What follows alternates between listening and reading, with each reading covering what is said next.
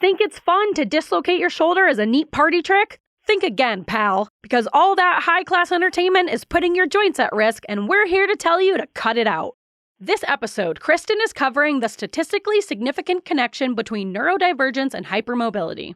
She's breaking down the traits of hypermobility and Ehlers-Danlos Syndrome, taking you through the Beighton Scoring System to help you assess your own bendiness, and providing some helpful resources for getting your body back into alignment.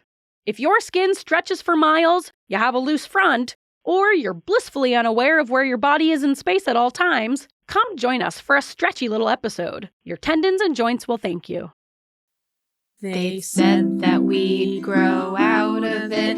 Well, the joke's on them, that's just our brains. We're eccentric, loud, and stubborn, and most of our clothing is covered in stains. It's not a deficit of attention, there's just too much to think about. So if executive dysfunction becomes a little too much, if you forgot why you came in this room, or you're hypersensitive to touch, then put on your seamless socks and come join our little flock.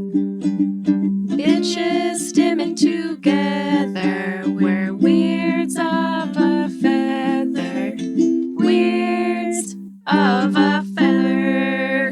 Ah! Caw-caw!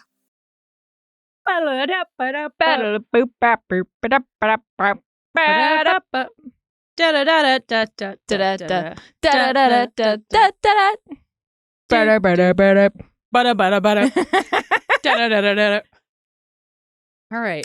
Should we slap and tumble into this episode? Strumble? What Yeah. did we agree on? I like slap and tumble. Slap and tumble on into it? Yeah.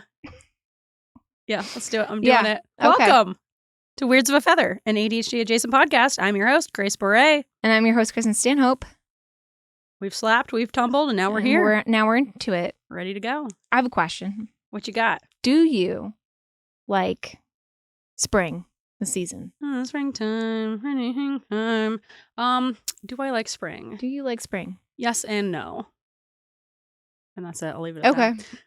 No. Next please, question. Please explain. that. I like spring in the sense that things are, thawing. It feels nice. It feels like summer's around the corner, which means fall is around the second corner, which is nice.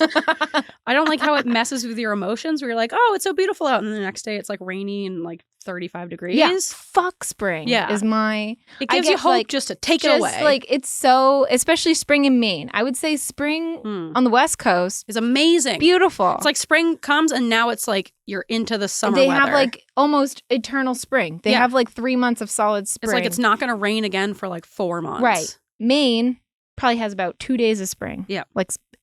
And they're in June. Yep. From March through June is like mud season where it is cold and it's rainy and you can't do anything because it's so muddy. Yeah. Slippy, slappy. And you just, all you're doing is like waiting because we've just had this long, long winter and you're just waiting and everybody else is like, yay, spring, get your shorts out. I like spring, but not in Maine. It's the worst season in Maine. It sucks. I agree. On the West Coast, I would say it's almost the best season. Yeah, I They agree. have an amazing spring, whereas their fall is all smoky and fiery. Yeah, you know? they have the worst falls. It's all full of fire. Yeah, full of fire. But here, it's like it's crappy up until like July, and then it's like boom, You're like, suddenly boom. it's summer. Like, Yeah, where the it's fuck like does that such come a from? big transition. I can't handle it. And You can't handle it. I get really antsy too because everybody else is having a grand time in spring. Yeah. And here I am just sitting in my house. It's 30 degrees and rainy. Sucks. Yeah, it does suck, and it gets your hopes up. But Right. it's also nice. We have like a false spring. Oh, yeah. We had that last year. It sucked. I feel like we just went through that. We did. Yeah, it was like 50 degrees the other day. Yeah. And everyone's like, oh my God, spring's almost here. I'm like, no, you idiots. Is this your first season? Yeah. Is this your first day here? Day being alive? Honestly. It's not happening. Yeah. Yeah. Wait a minute. Yeah. Right. Those are my thoughts on spring. Those are It my thoughts sucks on in spring. Maine. Don't come here in the spring. You're going to be, unless you want to be disappointed. Yeah. Come here in August is nice. September. Beautiful. October, great. Pretty nice. Yeah. The rest of the time, Yeah. You could come for a weekend to ski maybe, but even Sure, then, we don't yeah. really have much snow. Well, ski in January, February, the snowiest times. Yeah. but Sometimes even then. even March. Sometimes April. Sometimes. All right, that's my warm-up question. I just want to get that out because we did just have a fall spring, and now I'm antsy. I'm in this like perpetual antsiness of like, I want to do spring cleaning. I want to garden. You can clean whenever is the good I know. news. Doesn't have to be I need in the spring. sunshine though to help. Yeah. Well, that is one thing I like about spring. I like that it's, on the days where it is sunny out, but it's still like cold out. Like in the summer where it's beautiful and hot out and you have to do work and you're stuck inside, it feels like really upsetting and I feel really anxious. Oh, yeah. So in the house some is ways, a mess in the summer. yeah. In some ways, outside. it's nice to have it be sunny but still cold outside because it's like I can enjoy the sun through the windows, but I don't feel any pressure to be outside. I like that. Yes. I like that. All right. Yeah. That's my warm-up question. Are you feel feeling warm? Yeah, I feel pretty Feeling warm. warm? Yeah. Listeners, share your thoughts on spring. Where you live? What is spring like? Send us an email. At weirdsofeather@gmail.com. Yeah. Maybe spring is different for people in different places. It definitely is. Not a maybe. That's how It could seasons be. work. There's no way to know. I might theorize it could potentially be different. All right, let's slap and tumble on into this episode. Yeah. What you got for us? We got, well, do you want to do our little accomplishments yes. first? Oh, look at Oh. how the turntables have turned. Yeah, you got me. I got you. All right, let's do those little accomplishments. All right. Little accomplishments, but big in our hearts. I almost just sang Little Plishes, too. Oh my gosh. What is happening? Have we reversed roles? Am I okay? This podcast is really going downhill if you go. Man, I know. We're got never nothing going to get left. anything done. I know. We'll have to bring in a third. God, keep us on schedule. I'm the only thing holding us together. I know. I don't like that pressure. I need to be able to lose my mind. You know? We need the like a little assistant, a regular sized assistant. Yeah, they don't have to be little. They don't have to be little. They can be any size, really. They could be big. They could be medium. Yep. They most certainly could. Yeah. They just have to work for free. Yeah, they just have to be willing to commit to free labor for us while we go insane. Yeah. Yep. Grace. Yeah. What's your little accomplishment? I washed my winter jacket. Whoa! Wait a minute. First of all, proud of you. Second of all, how? In like the washing you machine. just put it in the washing machine? Yeah, you can just wash it in the washing machine. You can just wash those things? Yeah. You zip it up, clean out your pockets. Make sure you clean out your pockets. Make sure there's no gum in there. But yeah, just put it through the wash. As far as I know, it worked fine. Oh. I will say, I've been meaning to do it for a while. It's been dirty. The reason I finally did it was because Lucy got sprayed by a skunk on Friday. Gross. So that sucked. 5 a.m. came inside. I let her God. out into the yard. She came in smelling like a skunk. And apparently there's three different types of skunk sprays. The one she got sprayed with is like when skunks have been hibernating and their smell is like fermented. And so it smells like fermented garlic, which is terrible. I mean, I like garlic, but not that much. I don't know if I can look at garlic the same. It was upsetting. I didn't even know what to do. But I wasn't even wearing my jacket and it permeated like into my winter jacket. I hate that. Yeah. I hate that. I went somewhere. I like changed my clothes. I had taken a shower, blah, blah, blah. Showed up somewhere and I smelled like stunk like skunk. Ugh. And so I had to wash all of our jackets. I had just done a load of laundry the night before too, and I was so proud of myself. Yeah. I had folded all my laundry. I was so proud of myself. It permeated all my clothes. I have to do a whole new wash. I was pissed. But it forced me to wash my winter jacket, and I finally did it yesterday. There you go. After wearing my Nothing stinky like jacket for like 2 days. I was skunk spray to get you motivated. Right? Just a good old I didn't know there were different spray. types of skunk sprays. Neither did I until she It's came in reeking of garlic, and I'm like, she had to have gotten sprayed, but like, what is this smell? It doesn't smell like skunk. And I looked it up, and people are like, oh, this garlic is a type monster. 2. Yeah, type 2 skunk spray. It's Extra like the different fermented. types of fire extinguishers, right? What? There's different types of fire extinguishers. I don't know. Yes, you have one for electric. You have like ABC. Oh, I didn't know. You have like one for. Have you never worked for a major company before and had to take like the fire safety course? No, I haven't. Do you know what RACE stands for and PASS stands for? I don't know. Oh no. My goodness. RACE is rescue, alarm, contain, extinguish, or escape. I might have learned that at some point and I wasn't paying attention. PASS, pull, aim, sweep spray. Is that the sound of the No, stuff it's spraying like out? to use the. Oh my. Anyway, we're getting on. I'm sorry.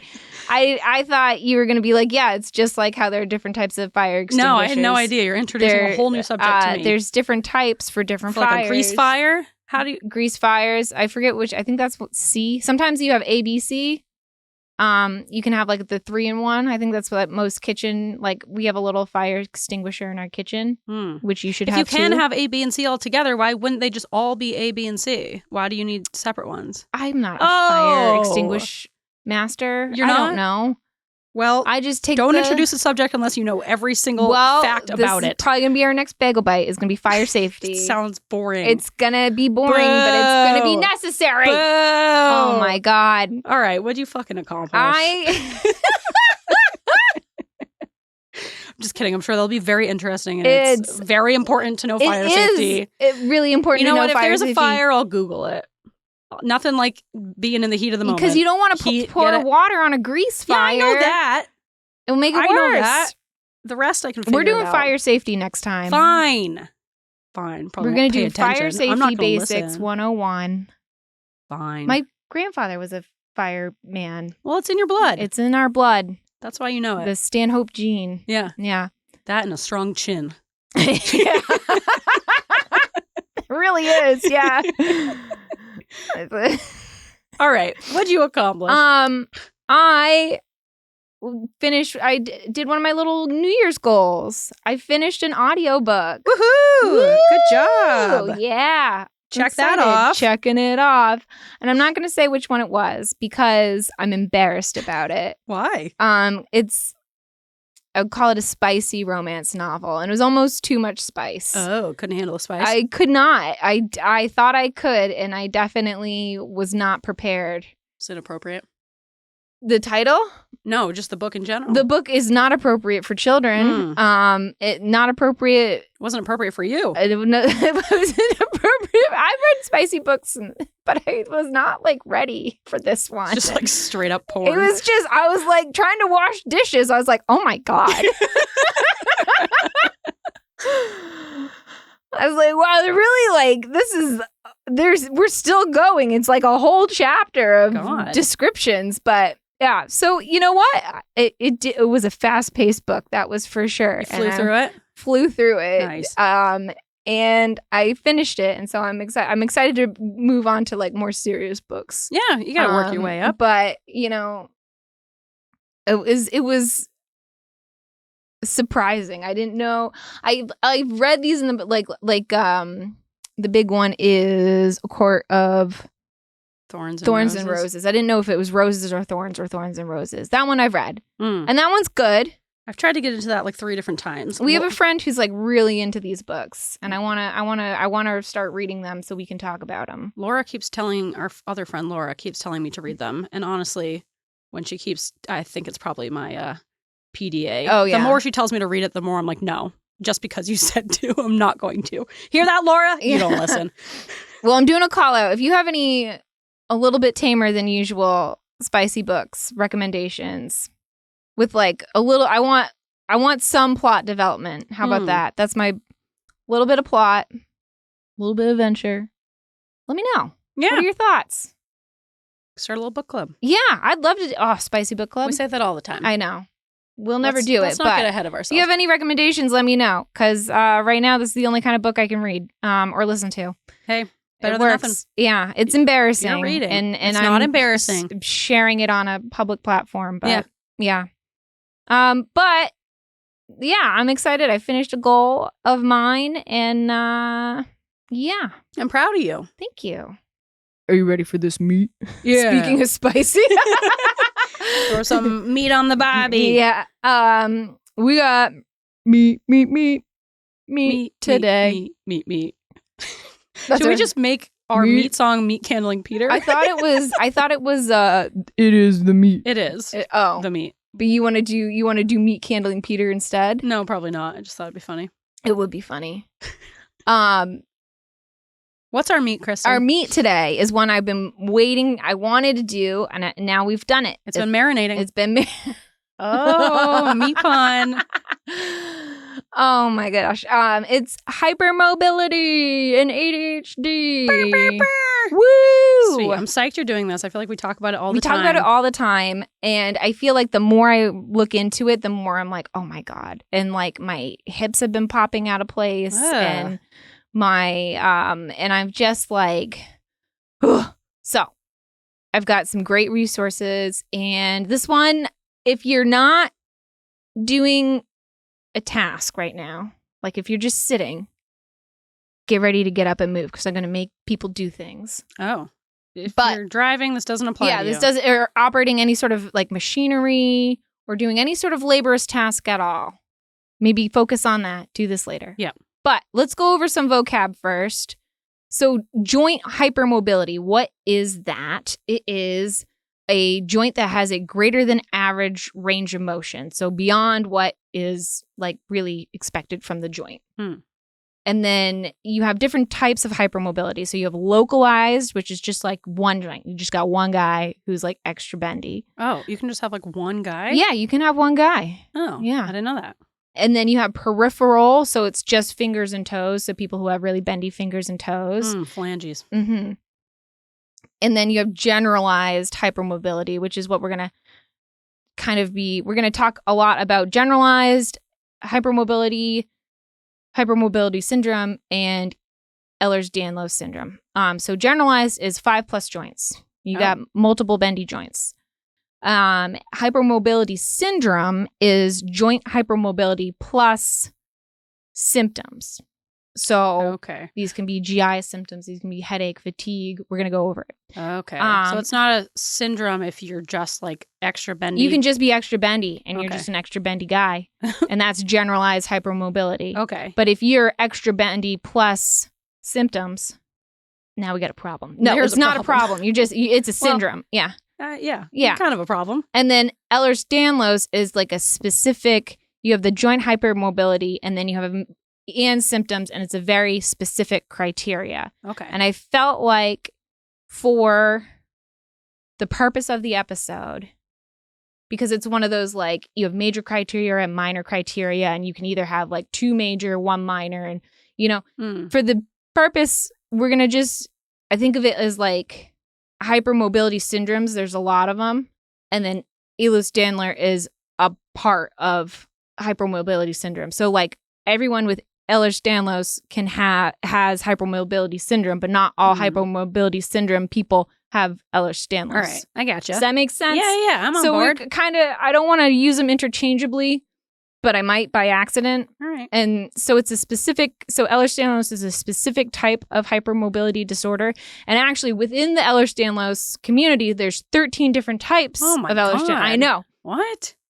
I know. So I didn't want to get into all 13 types, and I did because, my gosh, it was fascinating. But we're probably going to be referring mostly to either classic EDS, Ehlers-Danlos Syndrome, or hypermobile EDS. For some more vocab, EDS is Ehlers-Danlos Syndrome, and HSD is hypermobility spectrum disorder because it's a spectrum, right?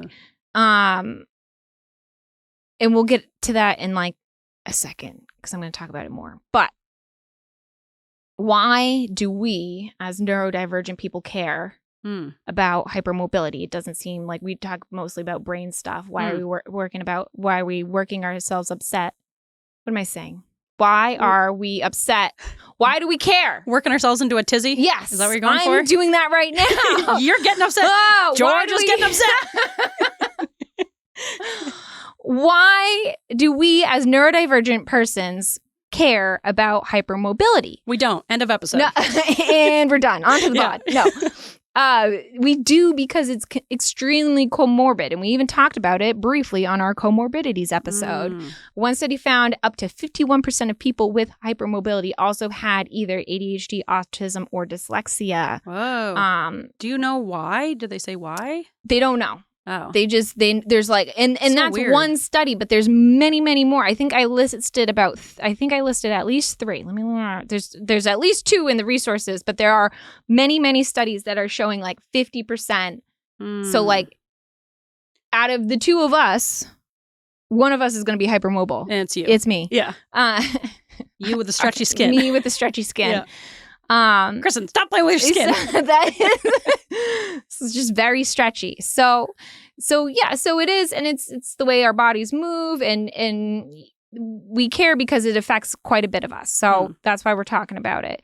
And then why does this happen? What is hypermobility? Why is this happening? It's a connective tissue disorder, and we think about connective tissue in like tendons and ligaments, which hold our joints together. And it's genetic. And most of the time it's autosomal dominant, which means you need one copy of the gene for it to show. Oh. Some of them are recessive though. Some of the not so common Ehlers-Danlos types are recessive, but that's okay.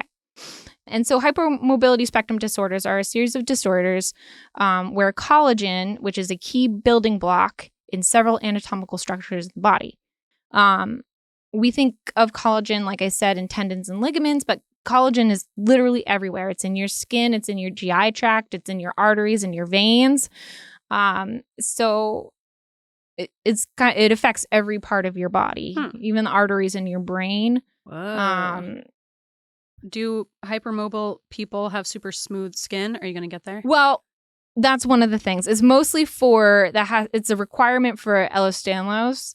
You have to have this like velvety, stretchy skin, and that's one of the diagnostic criteria. I wasn't going to get into it, but now we're going to get into it. They have to, for EDS particularly, you test the skin to see how much, if you have any scars, like stretch marks are really common, like in odd places too, like not from being pregnant, but from just growing. And that's weird. You think that if you had like super stretchy skin, you wouldn't have stretch marks. Right.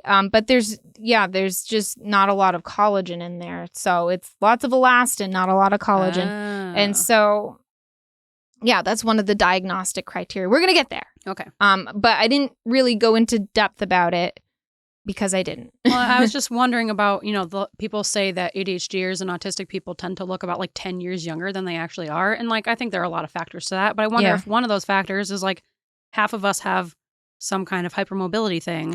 Maybe. And it affects the way your skin looks. Might be. Yeah. Maybe. 50%. Just a thought. Grace's ponderances. These are ponderances. Yeah. So what are some symptoms of hypermobility spectrum disorders in EDS?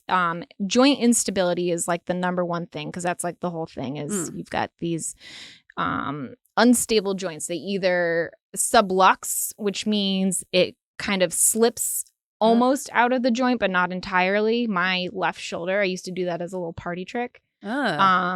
I used to kind of like pop it out of place all the time, and don't do that if don't purposely sublux your joints. It's bad for you, right? And then it's not good. It actually makes it worse. It leads to arthritis. Yes, there's a lovely podcast called Bendy Bodies, which is really funny, all about EDS and HSD. And I listened to quite a few episodes, and that was one of the things she was talking about is like, don't do it. It's fun, but don't do it. And to dislocate means that the bone comes entirely out of the joint. So it's entirely, so sublux, it just kind of slips out a little bit, little peak, and then goes back in. To dislocate is it's completely out of the joint. You gotta pop it back in? Yes. And so, yeah, you'll see these hypermobile people, they'll just like pop a shoulder back in on their own. The people who do like the freaky like bendy things where they're like putting their shoulders back. Sometimes depending on your career choices, your bendy body is helpful for you. So contortionists, dancers for sure, gymnasts. Yeah, I think of like Simone Biles, like for sure hypermobile. Her knees are like waka. Yeah, that makes sense. Yeah, that's like a trait of it, right? That you can see is when people have the knees that like go we're going to talk about it. Okay. We're going to talk about it. Yeah. So joint instability, pain everywhere, fatigue, GI issues are really common. So like IBS, because you have a lot of, your collagen is in your gut because it's supposed to hold together your gut a little bit. It makes up everything. It's a protein. So, and then autonomic dysfunction is another big trait of EDS and HSD. So that would be tachycardia, hypotension, dizziness, Yikes. GI dysmotility, which is constipation. Well, tachycardia is heart stuff, right? Yeah. Oh, yeah. Okay. So tachycardia is a fast heart rate. Hypotension is a low blood pressure, also like suddenly low. Dizziness, lightheadedness, those are pretty self-explanatory. GI dysmotility is a slow, like it takes a while for the food to pass through your gut. So sometimes constipation. A disturbed bladder function. So they didn't really get into detail of that, but I'm sure it just means like either you can't pee or you're peeing too much. Like maybe you can't hold it? Or maybe you can't hold it, yeah. And people can die from this, right? Because of the heart stuff and blood pressure stuff? So, so I didn't want to scare anybody, but yeah, especially if it's vascular, you can get aneurysms in your brain, which is the dilation of an artery. And so the thing we worry about with aneurysms, especially if you're in vascular surgery, is that they like to pop, and that is a surgical emergency and most likely death. Yikes. With EDS patients, it's mostly aneurysms near the base of your heart, where your aorta comes right off your heart. God. Which is fixed surgically. That can be fixed, but it's a big deal. Yeah. You can also have temperature and sweating dysregulation. So like you're not able to like regulate your own temperature, and sleep problems, headaches and anxiety. God. And all that on top of like ADHD and autism that already have those problems to begin with. Exactly. Another thing that people see that I didn't really want to touch on here, because I think we could do a whole different episode, is it's also associated with POTS syndrome, which is this syndrome where when you get up too fast, your heart rate goes up, your blood pressure drops, and sometimes you pass out. Yikes.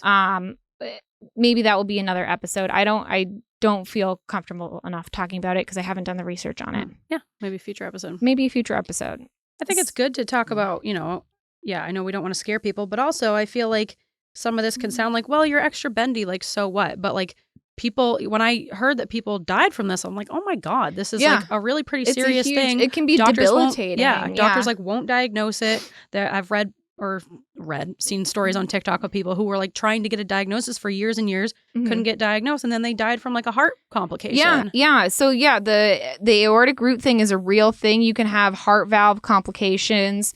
Aneurysms obviously is a huge thing, but a lot of it is like chronic fatigue. It's having chronic pain with no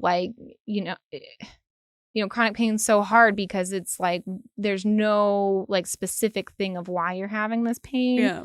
And it doesn't get better with time. It's chronic. So it's not just musculoskeletal. It affects every system in the body, and that's why it can be so debilitating. And then for similar to like how autism has kind of that pie chart of spectrum disorders, same with HSD. It's more of a pie chart. So maybe some people might not be as bendy as others, but they may have more GI issues, or maybe some people will have more anxiety, or maybe someone has like an aortic root dilation. And maybe they like to sublux their shoulder for fun or something, you know? Fun everybody's a different little pie chart, a little spectrum, instead of like a linear spectrum of like you're more hypermobile, you're less hypermobile. It's the pie chart of fun. So it's like with autism where either you're on it or you're not. Yes. And then when you're on it, within it, you experience different levels of these traits. Yes. And so now we go into like, well, how are we diagnosing this? So the one thing that most clinicians are using to diagnose is called the Beighton Scoring System, which is assessing hypermobility joints. So this will diagnose if you're just hypermobile, and then if you have the hypermobile spectrum disorder or EDS, Ehlers-Danlos, it's this plus symptoms, and we can get through the scoring thing, but we don't have to. So it's a 9-point scale, and it goes through several body parts. So one is the thumb to forearm. So if you put your arm out straight, and then you're supposed to bend your thumb back so you can touch your forearm. Can you do that? No. Barely. Yeah, I guess I can do it if I do it. I'm like, not like that. I can like barely get the tip there. Just the tip. So, oh my God. So it's if you can touch your thumb to your forearm with, basically your arms out straight, your hand is hanging down, and then you bend your thumb back to you. You can use your other hand to do it. And if you can do it on both sides, you get a point for each side. Okay, but like significantly touching, not just like if I really push it, I can like get I my think fingernail. that's a 0. To Try touch the it. other one. Try the other one. Oh yeah, I guess it could be different on both. Oh yeah, All right. I could do So it. you get a 1, I got a 2. All right. Yeah, I got it on my left side, but not my right side. All right. Interesting. And then a pinky finger more than 90 degrees. So you have to put your hand on a flat surface. And then I got to talk in the mic. Yeah. Hand on a flat surface. And then you bend your pinky finger up. And if it can go more than 90 degrees, that's a point. God. You can use your hand to help. No. I think I'm right at 90 degrees. Yeah. That's that one. Ow. Ow. My brother used to be able to do it, and he'd almost touch his hand. Oh yeah, my God. It was disgusting. All right, I'm a 0. So on I'm that. a 0 on that. So you still have a 1, I have a 2. So for elbows, this one's hard because we're wearing sleeves. So this is why I forgot my goniometer, which is basically like a human body protractor. Oh. But you put your arm out straight like this, and with your palm facing up or kind of hand relaxed. And so see how your elbow's like nice and straight? Yeah. And I would say mine's at like almost a 10-degree angle. Yeah. Kind of backwards. So basically your antecubital fossa or your elbow pit is facing up and your arm is straight. Okay. And then if your forearm and your upper arm make a 10-degree angle or more, that's a point. All right. So I'm a 0 on that. I got 4. Hell yeah. All Wrap 'em right. up. So this one I'm not going to get up because I already know my knees are backwards. Yes, they are. I know your knees are backwards. The world knows my knees are backwards. So the other one is your knees. If they bend backwards, so that's another 10 degrees. I think I'm going to link there's going to be a resource there with a video. But basically, if your knees go backwards, that's a point. Okay. And is this just for Ehlers-Danlos? This is one just of the to types? see if you're hypermobile or not. Okay. I would say this is general hypermobility.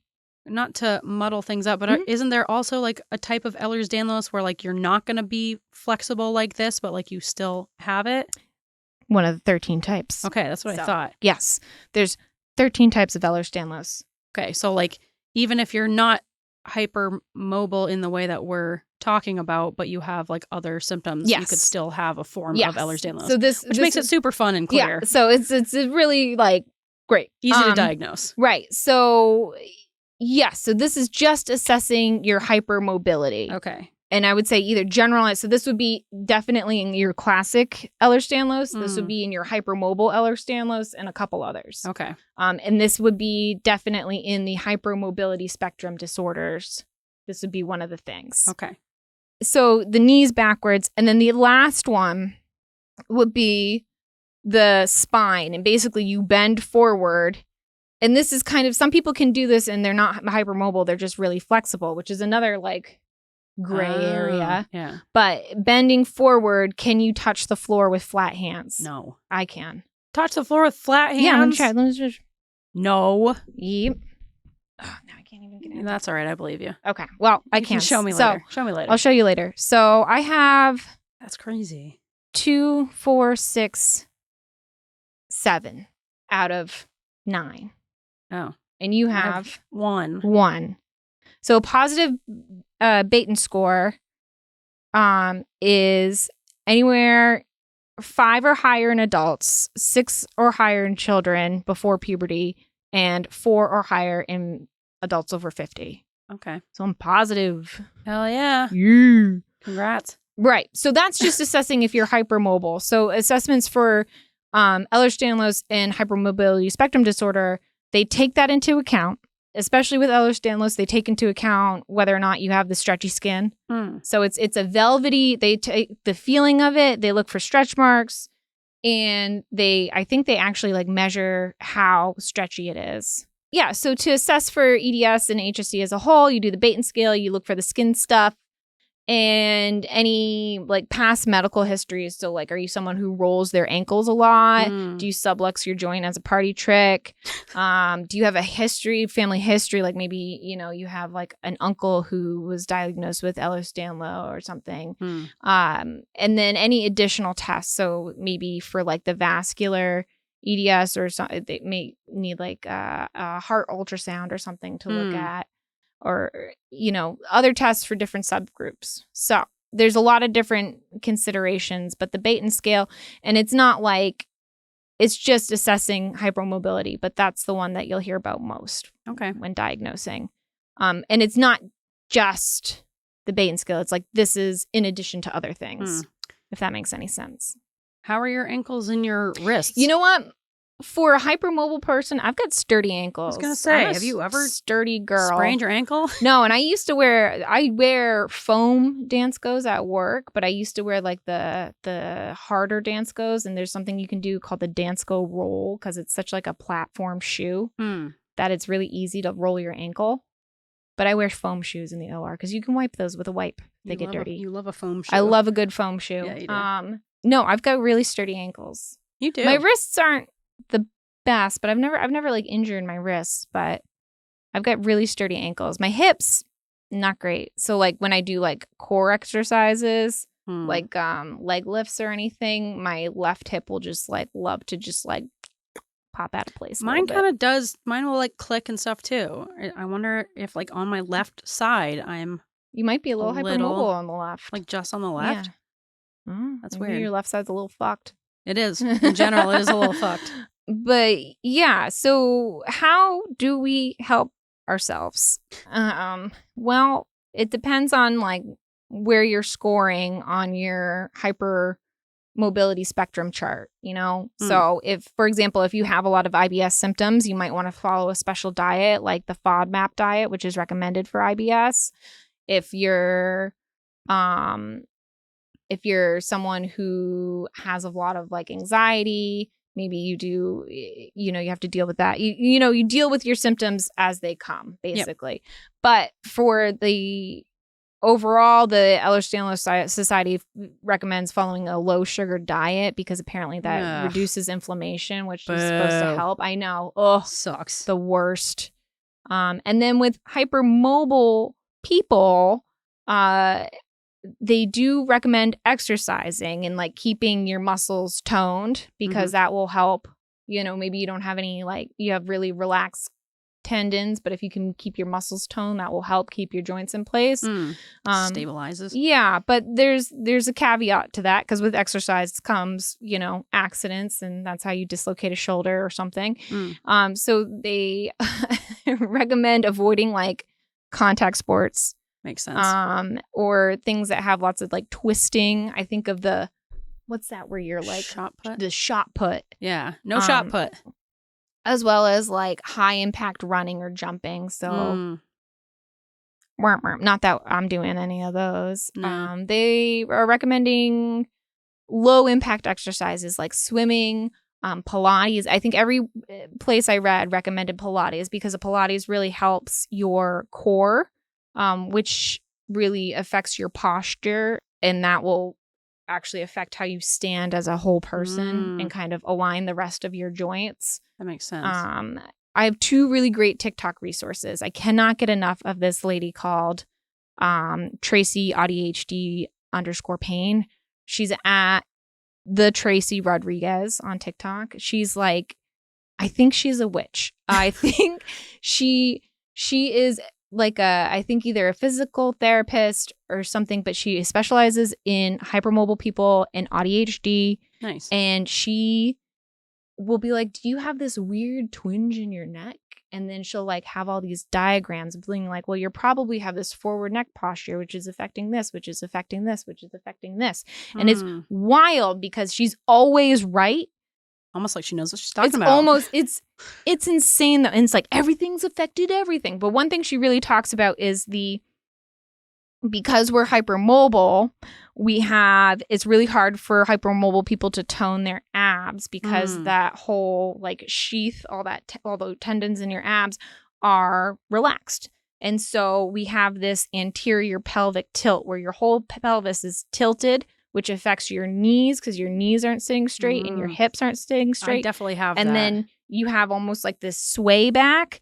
And then you have a lot of neck pain too because your neck's forward because of your hip. It's all connected. And it's she needs like one of those like yarn boards. Charlie you Kelly, know? yeah. A Charlie Day yarn board. But I found me in particular, I do have that where I do have that anterior pelvic tilt and I do the forward neck and I have a lot of neck pain and my job causes a lot of neck pain because I'm looking down. And so I've found Pilates particularly helpful because it's really low impact and it really works on form rather than doing the exercise over and over. And I think especially if you do like the beginner Pilates, I do it on Peloton. There's lots of YouTube Pilates out there for free, but it really works on your core strength and it works on form rather than doing the exercise. And then they'll teach you like make sure that your spine is flat against the floor when you're doing this work. And if you need, I think it's really, really helpful. And it's really made me conscious of where my body is in space as opposed to not, which is 90% of the time. Yeah. But that's important. Between Tracy and between Pilates, I've become a little bit more conscious and I think it helps.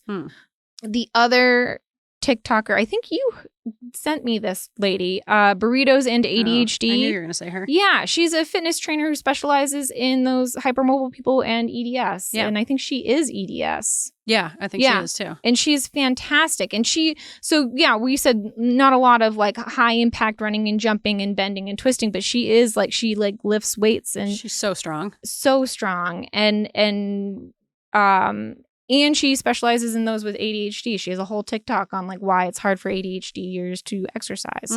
And so I like her stuff. I really, really 10 out of 10 for both of these ladies. I really strongly recommend it if you're a hypermobile person. And then I also have a link of daily exercises to help with hypermobility. Nice. And I linked it in the show notes. So that's it.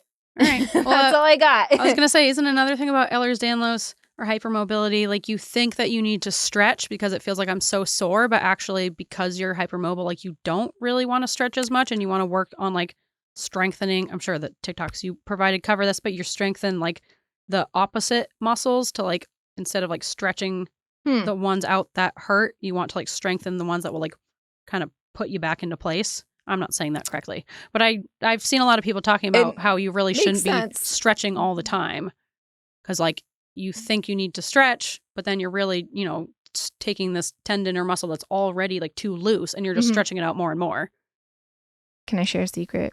Yeah. I never stretch. Well, maybe that's good. I'm sore, but I'm like, Anyway, I stretch a lot, but I don't. Maybe I shouldn't be stretching as much. I don't know if this is doing more harm than good. I don't know. I think just like making sure that you're, at least for hypermobile people, like making sure your core, which is your front and your back, is toned to kind of align your whole body is really important. I'm not exactly sure. I haven't read anything about toning the other muscles. It makes sense to me. Well, like toning your more back muscles because you're kind of like crumpling inwards forwards in the front because those muscles are so tight that they're pulling you forward. I think Tracy kind of covers that. Like, if you're like, oh, my back is really sore, it might be because your front is loose. I don't know. You got a loose front. I think I would she says it much more elegantly than I ever could, but it's never just like, oh, my neck's sore because my neck is sore. It's always a series of events that has led to that because of your many loose mobile joints and the way that you're standing and just being more body conscious and trying to, find how you're sitting in space and standing in space. Well, that's a good example of what I think I'm talking about, where if, let's say, your back feels super tight and super sore, you might think, oh, I need to like stretch my upper back a bunch, but maybe you're sore because your front muscles are pulling your back forward. And so stretching your back is only going to make those muscles looser, which will then pull you forward more. So you actually want to strengthen those back muscles. Actually, Christopher says that. He used to be a massage therapist. And every time I have like neck pain, he's always like, you need to be stretching your pec muscles too, because your pecs are really tight. Yeah. And then your back is really loose. Yeah. Even though it feels like you should be stretching your back. Stretching your back, but also stretch your front. Yeah. Out there. Stretch all the things. No. Oh. That's not what we're saying. Learn from the experts. Learn from what you should be stretching. I have what you should be strengthening. A list of resources that you should definitely check. Yes. But yeah, exercise is important. Making sure do not, for fun, dislocate and relocate your joints. Shouldn't even have to be said. Shouldn't do that. It's going to lead to arthritis. It's going to lead to pain. Yeah. And it's fun now. It's funny. Is it? It is. I used to gross people out all the time. I'm like, feel it. Yeah, I guess you derive fun out of grossing people out. Yeah. Not everyone finds that fun. But you do. It's fun. It's kind of funny when you're like, it's out. Bloop, bloop, it's back in. I can't relate to this. Don't do it. Don't. Listen to me. I know it's super fun. Don't do it because it's going to lead to pain later. Yeah. Put in the time now. Not worth it. And that's all I have. That's right. My little, I know this was there's a lot of like, kind of almost like a Russian nesting doll situation with hypermobility, EDS, spectrum disorder.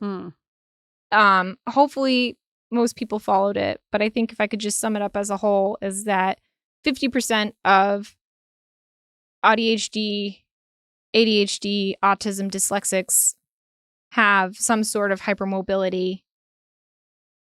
And it's more than just joints. Yeah. And it's important to learn about. I feel like it's a big takeaway. It's not just like your knees going backwards. It's also like we talked about, it could have like really big health implications. Exactly. And so, yeah, those two TikTokers are fantastic, but also the Ehlers-Danlos Society. I linked their website. It's fantastic. They have like a huge support group and they do all this research. I think they're a 10 out of 10. All right. So should we move on to our bow? Yeah, nice job. Let's wrap it down first. Yeah, like say goodbye first. Oh, shit. Yeah. Oh, I always forget. Back in charge. This has been Weirds of a Feather. If you have any questions or comments or want to share your own tips or input or whatever, you can email us at weirdsofafeather@gmail.com. You can find us on Instagram at Weirds of a Feather. You can join our Facebook group. You can, I don't know, participate in our polls on Tuesdays, Mondays. They're supposed to be on Mondays. And then if I get my act together, I post the results on Wednesdays. Or you could just, reach out to us, DM us. Are you hypermobile? Did you do the Beighton thing? The Beighton scoring test? Are you newly found hypermobile? Welcome to the community. Yeah. How are your joints? How's your GI tract? Is your skin weird and stretchy like mine? I want to know. Let us know about your skin. Yeah. Tell us about your skin. Tell us about your stretchy skin. Yeah, please. All right, and I think that's it. All right, time to get into that bod. I want your bod. Nice bod.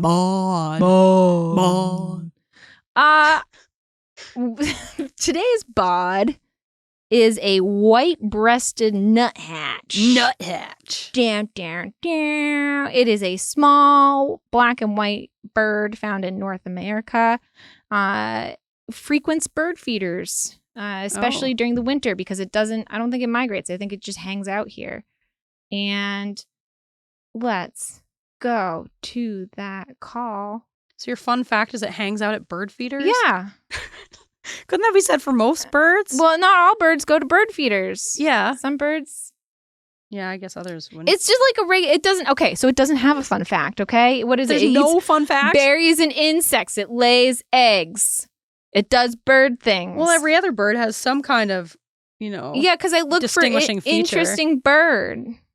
So this is just like generic bird. It's not a generic bird. It's a white-breasted nuthatch. Okay. But in terms of like there's nothing to set it apart from the others. Because of the way that it looks. Okay. Because the way that it is. I guess it doesn't migrate. There's a fun fact. Yeah.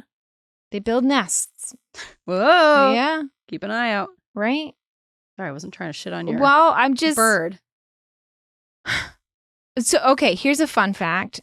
Inside the nest, they like spread like crushed up insects because the chemical secretions may help repel predators. Whoa. See, that's a super there fun you go. fact. Okay, there you go. Are you All right. satisfied? Yes. I wasn't trying to criticize you. I feel criticized. Well, I mean, come on. They go to bird feeders. That was the number one thing. They're usually at the bird feeders. Oh, now I know.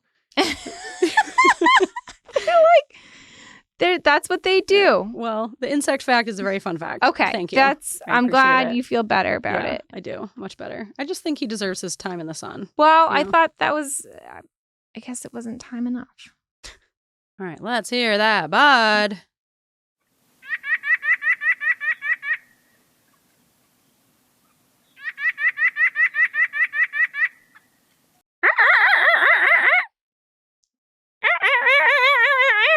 That was pretty close, I think.